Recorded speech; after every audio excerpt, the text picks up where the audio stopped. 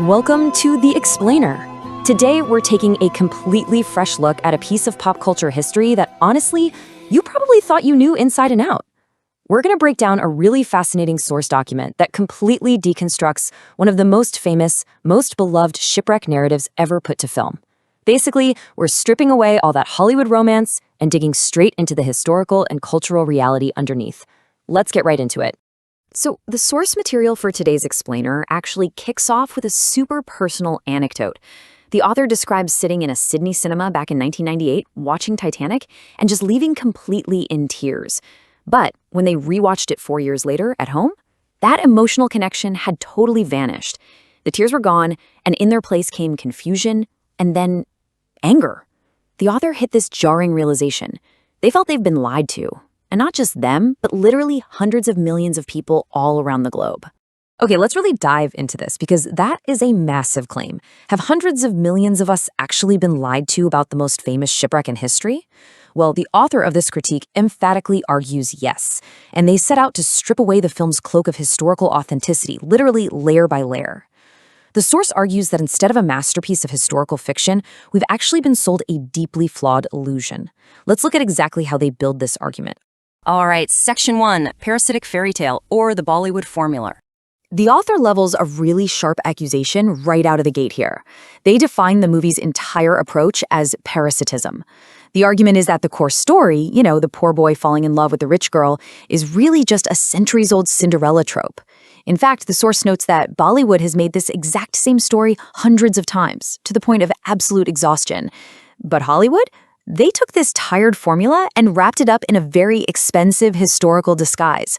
The author argues this isn't genuine creation at all. It's feeding on a real tragedy, sucking its blood dry, and dressing itself up as a supposed historical epic. To truly grasp the weight of that claim, the author asks us to just look at this number, 1,500. That's the number of real human beings who died in the actual disaster. The source emphasizes this incredibly harsh reality just to point out the sheer moral dissonance of the film.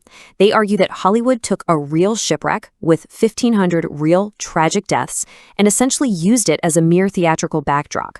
They covered over a very real, very grim history with a completely fictional, illogical love story. Which brings us to Section 2, Erasing the Iron Gates and the Physical Impossibility. This clash between cinematic fantasy and historical truth gets even starker when we look at the actual physical layout of the ship. Now, in the movie plot, Jack and Rose have this accidental, super romantic meeting right on the ship's deck.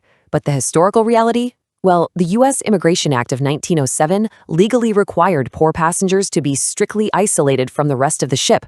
We're talking locked behind heavy iron gates guarded by actual crew members. According to the source, a casual, breezy meeting between a third-class and a first-class passenger wasn't just unlikely, it was physically impossible. But, to make this Cinderella story work on screen, the director had to make a choice between history and romance. And as the source points out, the filmmakers simply deleted the iron gates. They deleted the guards. Actually, scratch that, they completely deleted United States law. The author argues they completely erased these massive physical and legal barriers, literally altering history, just to manufacture a fairy tale that otherwise could never, ever have happened. Next up is Section 3, Beautifying Third-Class Hell and Turning Tragedy into a Theme Park. So, if the movie completely changed the layout of the upper decks to force this romance, what else got changed? Well, this analysis points out a massive contrast in how the lower decks were depicted. On screen, the movie's third class is all warm lighting, fresh sea air, clean clothes, and happy accordion music. But the historical reality of the real third class? It was absolutely brutal. The author literally calls it hell on earth. Let's rapid fire exactly what that reality looked like. We're talking cabins located deep below the waterline. 10 people crammed into one single tiny room. Try to imagine 700 people sharing just 2 wooden tubs for bathing.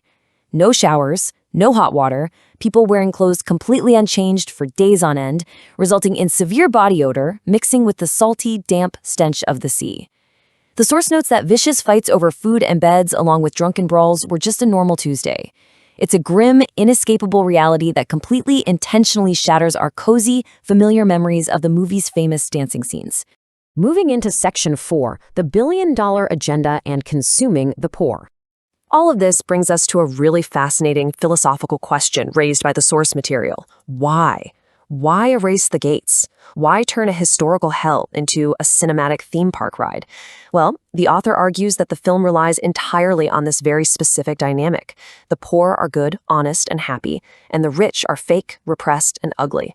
The film desperately needs us, the audience, to totally buy into this exact black and white narrative about social class. So the crucial takeaway here is this. The source neutrally, but very aggressively, states that the filmmaker's true motive was basically consuming the poor on screen for moral high ground. The critique suggests that Hollywood's celebration of the poor isn't about actually helping real impoverished people.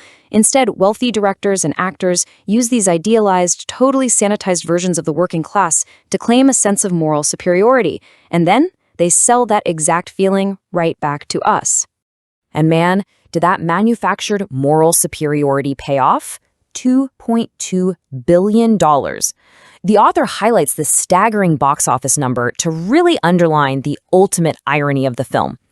The creators raked in literally billions of dollars by selling the masses a message that the souls of the poor are somehow much nobler than their own. Okay, let's quickly recap how the source says this whole cinematic illusion was systematically built. It happened in 3 distinct steps. First, they erased the Iron Gates and the real immigration laws of 1907. Second, they beautified a cramped, absolutely brutal third-class hell into a fun, accordion-filled theme park. And third, they wrapped a tired, centuries-old Bollywood-style fairy tale right in the sacred cloak of a very real historical tragedy. Which leaves us with one final, deeply provocative question drawn directly from the author's text. If the history was totally erased, if the setting was completely fabricated, and if the class dynamics were explicitly manipulated for billion-dollar profits, what is that so-called love really? It completely reframes how we view this cultural touchstone, leaving us questioning the very narratives we consume every day. Thanks for joining me today on The Explainer.